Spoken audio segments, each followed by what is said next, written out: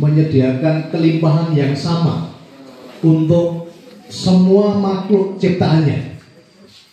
Ya, jadi Tuhan menyediakan kelimpahan yang sama untuk semua makhluk ciptaannya. Tuhan tidak pernah memberi, Tuhan tidak pernah membagi. Ya, tugasnya Tuhan adalah menyediakan. Nah, jadi kita disediakan yang sama.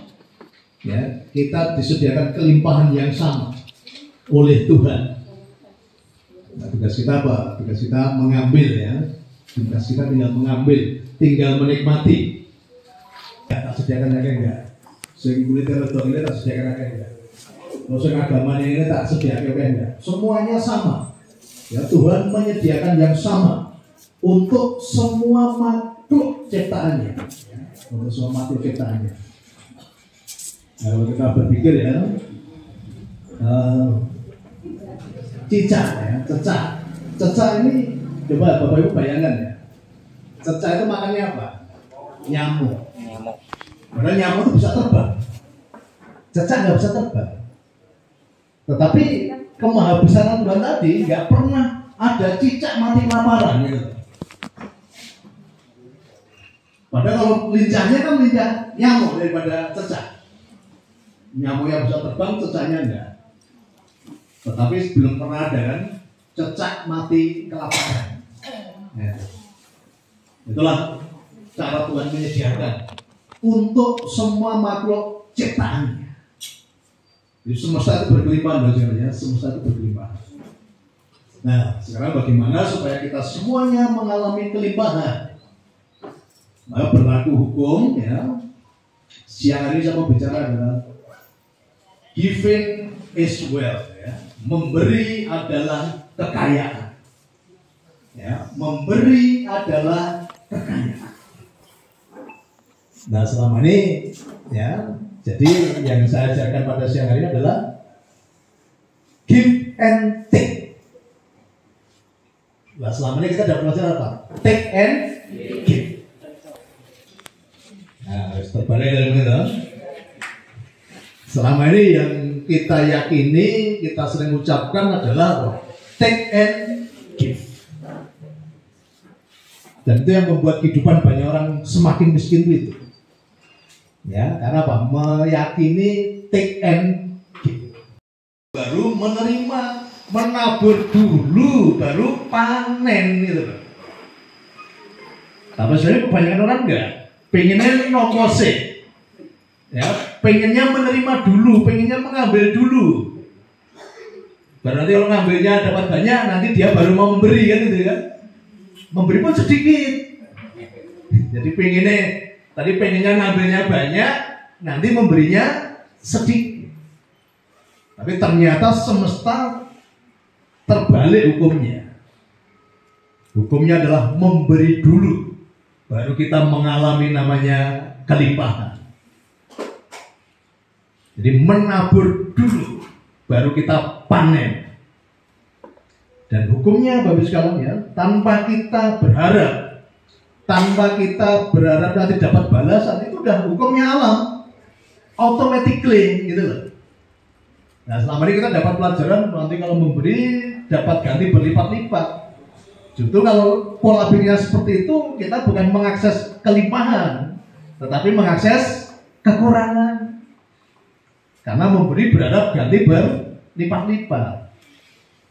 Ini kayak wong apa judi gitu kan, ya, pasang 1000 berharap nanti kalau menang jadi 3 10 kan itu. Tapi dipahami dulu, tanpa Bapak Ibu berharap pun kalau itu dilakukan, itu hukum alam, hukum semesta. Ya, justru ketika kita melakukan menabur tadi, memberi tadi, tanpa berharap, justru panennya cepat, ya saudara. Panennya cepat dan berlipat-lipat. Tetapi ketika kita menabur tapi terus berharap, cara wong nandur gabuk, ya tahu ya, gabuk, kopong, kosong. Ingat-ingat itu. Ketika kita menabur, ketika kita memberi kemudian berharap sangat keras, ya ngarep-arep tenanan gitu kan, malah panenannya apa? Gabuk. Nah, banyak katakan Pak, saya itu sudah sering menolong orang Pak.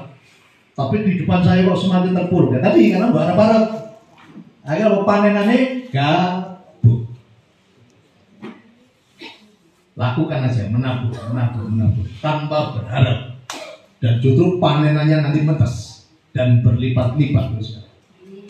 Oke, mungkin beberapa bulan yang lalu saya pernah ceritakan ya, ketika saya masih muda tapi sudah menikah dengan Bu Niko. Ya, waktu itu ada sebuah kebutuhan dari komunitas yang saya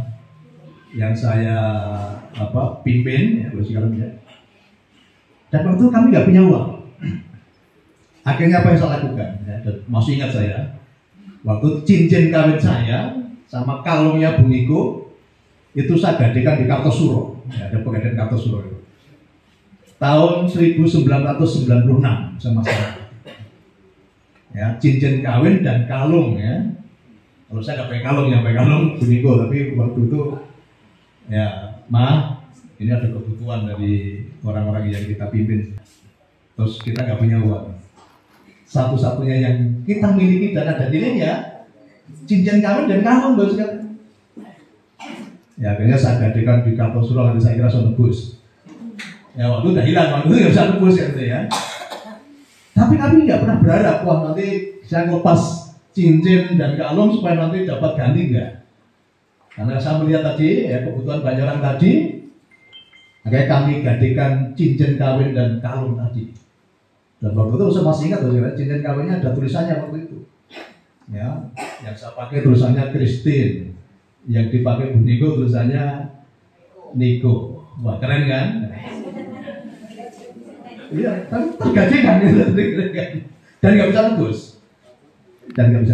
Tapi kami senang hati karena kami melihat kebermanfaatan yang didapatkan gitu. Yang ikut saya waktu itu, saya masih ingat Titan motornya ya, Titan warna biru, saya masih ingat waktu itu. Nggak apa-apa itu.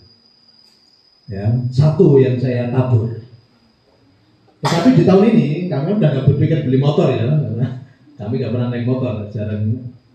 Tetapi di tahun ini kami dapat undian dari perbankan. Di tahun ini 2 motor. Ya, yang dulu saya tabur 1, udah panen ya 2 ya.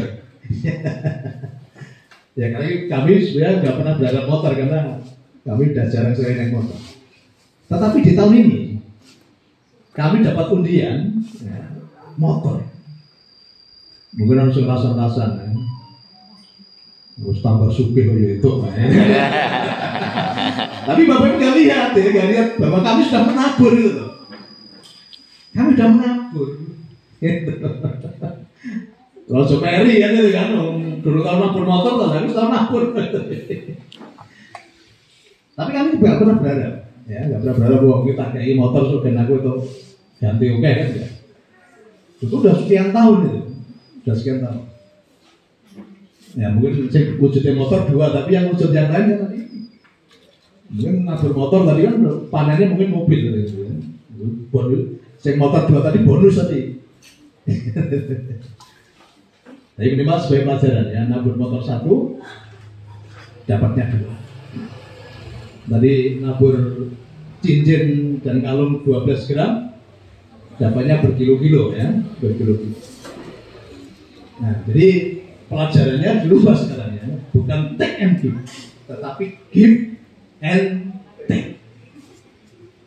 Memberi dulu, baru mengalami namanya kelimpahan.